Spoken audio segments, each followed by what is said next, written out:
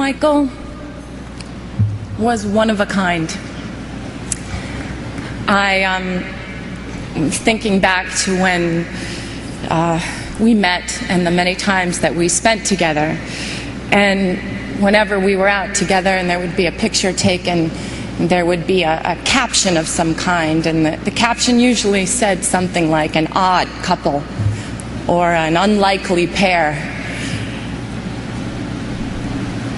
But to us,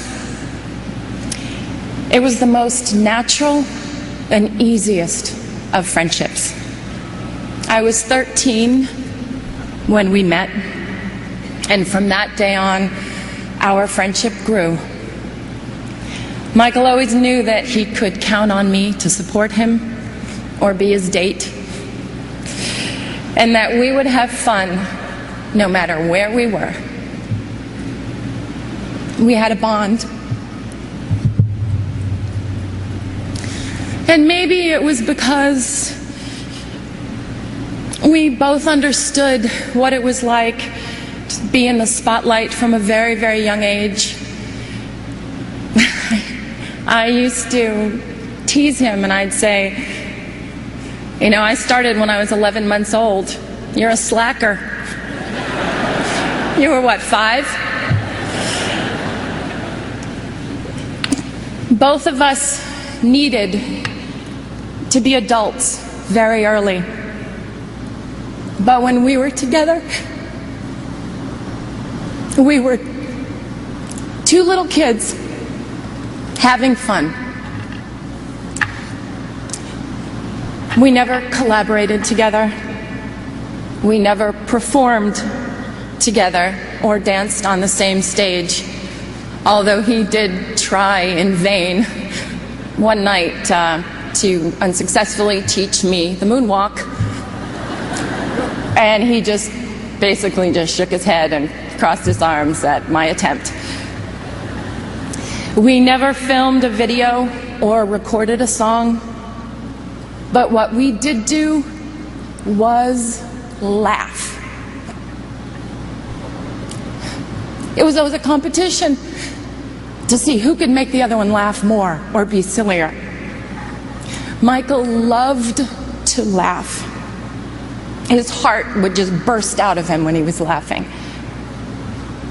He adored it when I did silly imitations or told him stories about my life.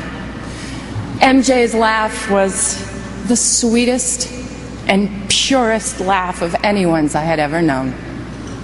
His sense of humor was delightful, and he was very mischievous. I remember it was the night before Elizabeth Taylor's wedding, and he had called me prior and asked if I would join him. He didn't want to be alone for all the festivities.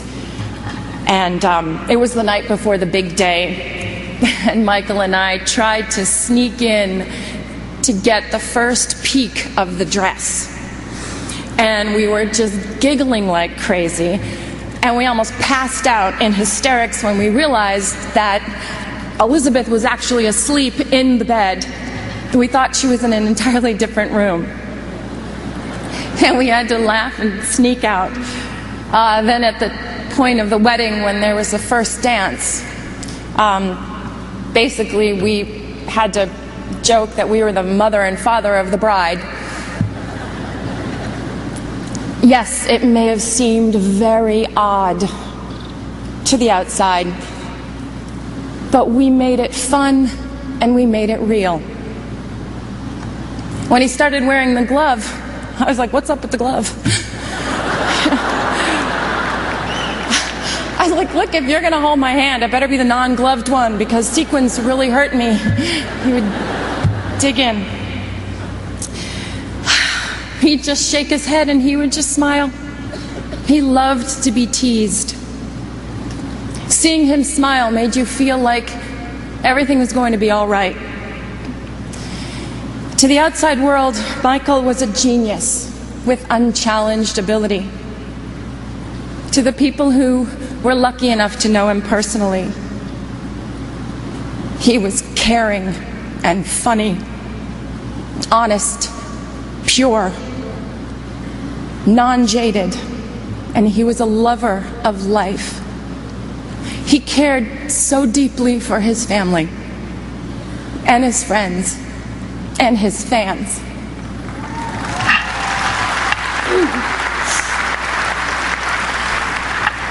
He was often referred to as the king, but the Michael that I knew always reminded me more of the little prince. Thinking of him now, I'd like to share a passage from the book. What moves me so deeply about this sleeping prince is his loyalty to a flower. The image of a rose shining within him like the flame within a lamp, even when he's asleep.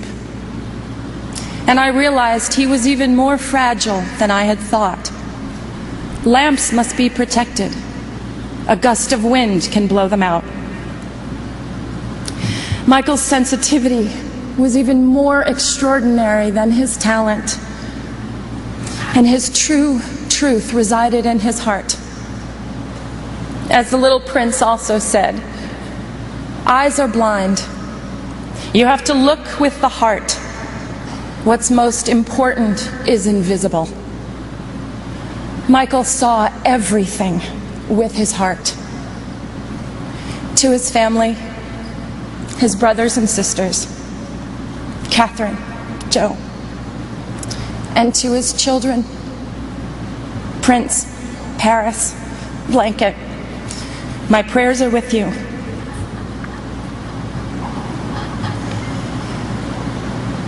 Michael's favorite song was not one of the countless masterpieces that he gave us, but it was a song that Charlie Chaplin wrote for the movie Modern Times. It's called Smile. And there's a line in the song that says, "Smile though your heart is aching." Today, although our hearts are aching, we need to look up where he is undoubtedly perched in a crescent moon, and we need to smile.